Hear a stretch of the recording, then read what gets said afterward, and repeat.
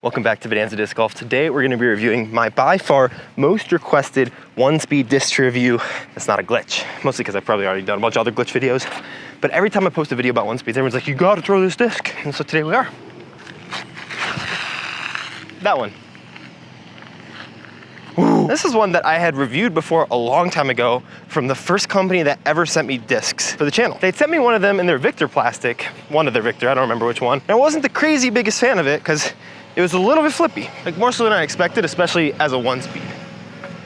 Oh, that's not gonna be good. Got a thumb track, so maybe I gotta like dig my thumb into that a bit.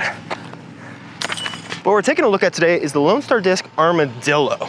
1201, similar in number I think to the Berg. Maybe the Berg is 1102, but it is so thin feeling. It's like a lid style disc, but it feels so thin that I feel like I'm gonna misrelease it. Hopefully not, but we're gonna give it 18 holes here at Johnny Roberts Disc Golf Course. Just another Johnny putter review. Current leaderboard, top 5 scores right there. I'm hoping to shoot at least 10 down with this, but I'm not feeling confident about it because that first putt, I'm just not feeling good. The putting does not feel great. One hole after this, we have a 270-foot hole, which is gonna be very interesting. Bravo? It says B, definitely Bravo.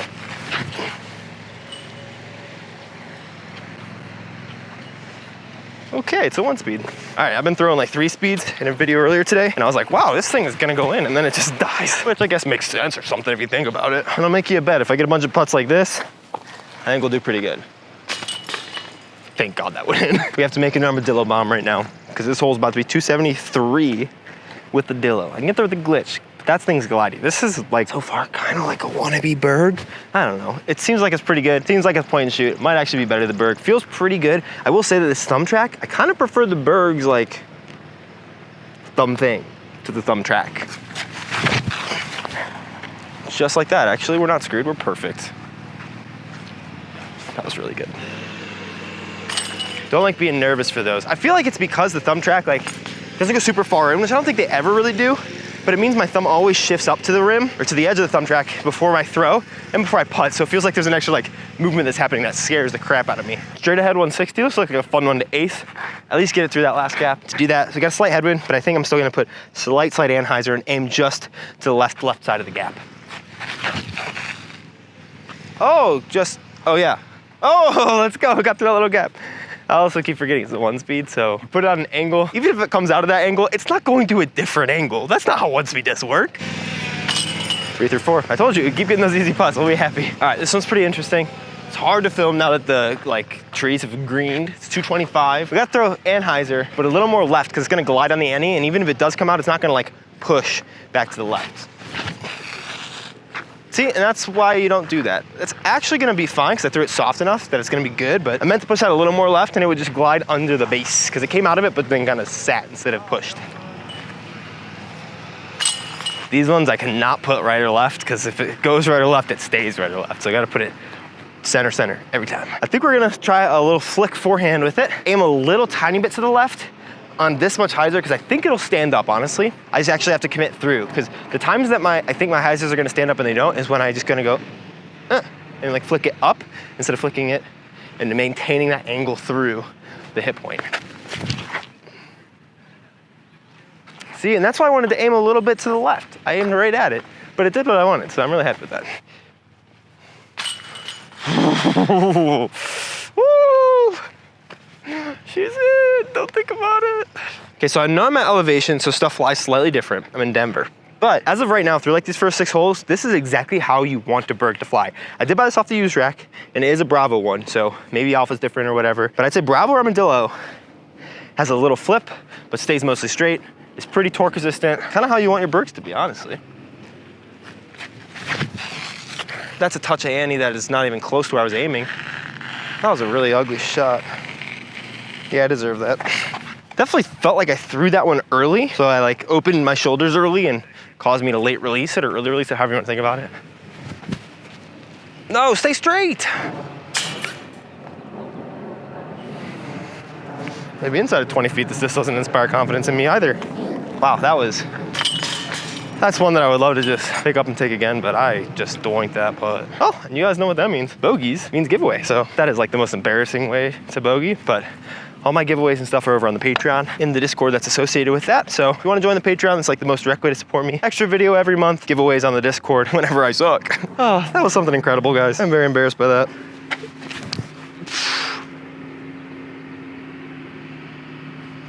That was like the biggest swoop, lazy in the world. Instead of keeping the front shoulder guiding it, I lift that back shoulder up. I'm getting these pin high and the distances are on. Now what are we through? 8 holes. We got 6 of them, we bogeyed one, so we're 5 down through 8. Honestly, we can still get 15. We can still tie the record. And if we ace, we can still beat it. Don't know why it's in my mouth, sorry. I feel like one speeds as a whole are pretty interesting because like I love throwing the glitch and I've liked throwing this and I used to like Bergs. And like, I don't want to bag a Berg or this type of one speed. I like the glitch a lot though. I think these are just a little more stable than I want. I'd rather just throw a pure, I guess. I don't really know. But I also haven't been throwing the glitches in tournaments. I've had 2 tournaments now and it's not been in my bag for most of those rounds, but I really like it. I just feel like I'd rather throw a pure because it's a little heavier and I feel like I can still manipulate it similarly. So yeah, I think one speeds have their place. It's just interesting as well that you don't see a lot of pros actually throwing one speeds. Cast the pros throw the Berg. I think it's actually pronounced the Berg, so I've heard a couple people say that. And then I think too, you have like Eric Oakley who has the Berg, but Drew has the glitch in his bag, which is sick because that means I'm basically Drew Gibson. And then I don't know anybody who has the Armadillo actually, but it's a fun disc. It's a tough one. We're gonna have to try to flip it up, so throw it pretty hard and relatively low to get it under that low ceiling. Oh, it kind of flips. I thought it would hold a little better. That's honestly a pretty good tree. Super straight, super straight, super straight. So I need to throw it on the hyzer that I want it to push on instead of trusting that it'll start to fade on it. Because once again, one speeds will not fade. They will just sit down. Another little stepper. Should have stepped. It was a good line though. All right, one of the lines that I've yet to take on this hole, but I really wanted to, is this hyzer line through this gap. I really hope I don't mess it up too bad or at all. So I think I could park it with this line, especially like with this one speed disc because it's not gonna like push as far on the hyzer. Drop in the basket. No, no. Oh, I love that line. That was so cool. Like I said, I thought I wanted to get to 10. We're doing pretty good to reach that pace. There's a pretty good ace chance. I kind of like how this textures the fairway. It makes it look good. I like this with the Armadillo too because it probably won't push past it too much. And if we get this ace, don't throw it on hyzer way to the right. Throw it at the basket on hyzer. Ooh, it was a little bit high right, but like wanted to fall out of there. Thank you for not doing that. Stepping down. All right, we got a new cooler angle unlocked to hole number 12, 150 feet right there. It's been just drifting a little bit much, and I think I've been putting it on slightly too much angle, which I think is one of the things that these are really good at teaching is like those in-between angles when like, for a lot of times I'm used to throwing either very slight hyzer or 30 degrees of hyzer. This in-between like 20, it's not something I throw a lot. Similar, a lot of anhyzer, very baby anhyzer. The in-between, not a good slot, but it's something that you need when you're throwing these one-speed discs that have just a different glide pattern. Please go in the basket. Oh my gosh. Well, getting better practice with him at least. Oh, I wanted the ace so bad. This is the first hole I aced in Denver. It was in the other position over there, but it was with a pure that I picked up same day from another round the shop, like that's like 2 minutes away from here. Oh, just not enough. See, that's where I threw on 20 degrees of anhyzer instead of 22 degrees. So I got to dial in that 22 degrees if I want to get the ace, you know what I mean? It's a stupid name, little birdie. Stay in the basket. Hole 13, 231 straight ahead.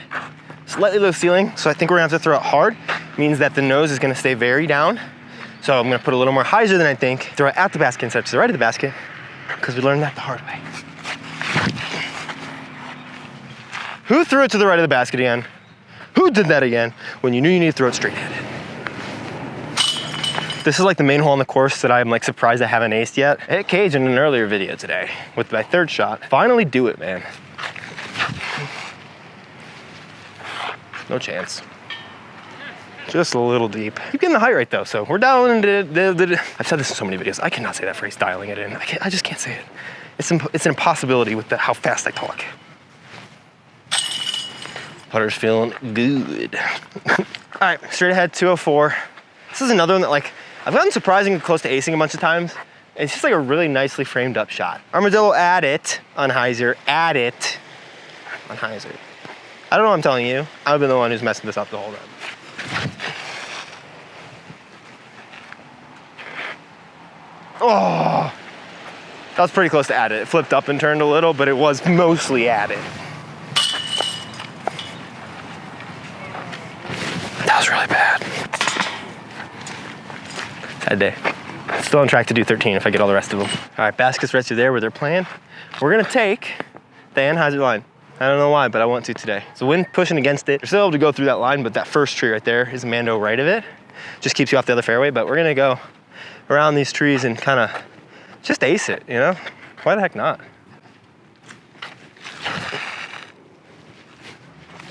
Go in. Oh, that was so good. Thought I made it, man. Getting close on all these ace strings and like still leaving them close. That's the best part. I'm still taking birdies on most of these. Gosh, that had to have been like a foot away. All right, 2 more holes. This is an interesting wind. It's a headwind with mostly left to right. So it's not like gonna flip it over, I don't think, because, well, it kind of will because of the wind, but I want to kind of push this on slight hyzer just inside of that tree, and I think it should flip and get close to the basket because I don't think it's super stable, especially in these types of winds. Oh, I should trust my gut. Huh. Wow. That holds up better in the wind than I thought it would. Wow, I really thought that would start to turn a lot more. I think something as shallow as this disc always makes me think it's gonna be so flippy, but this is kind of surprisingly torque resistant. Ooh, wind seems to have kind of shifted actually. It's kind of swirling because over there it still looks like it's coming this way, but here it looks like it's coming that way. So flick with the Dillo. Ace it.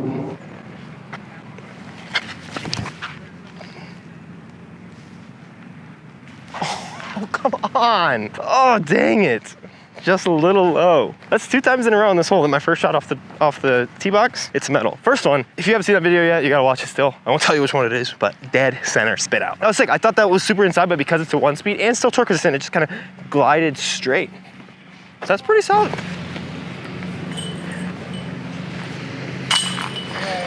Yeah, it's 13 down maybe?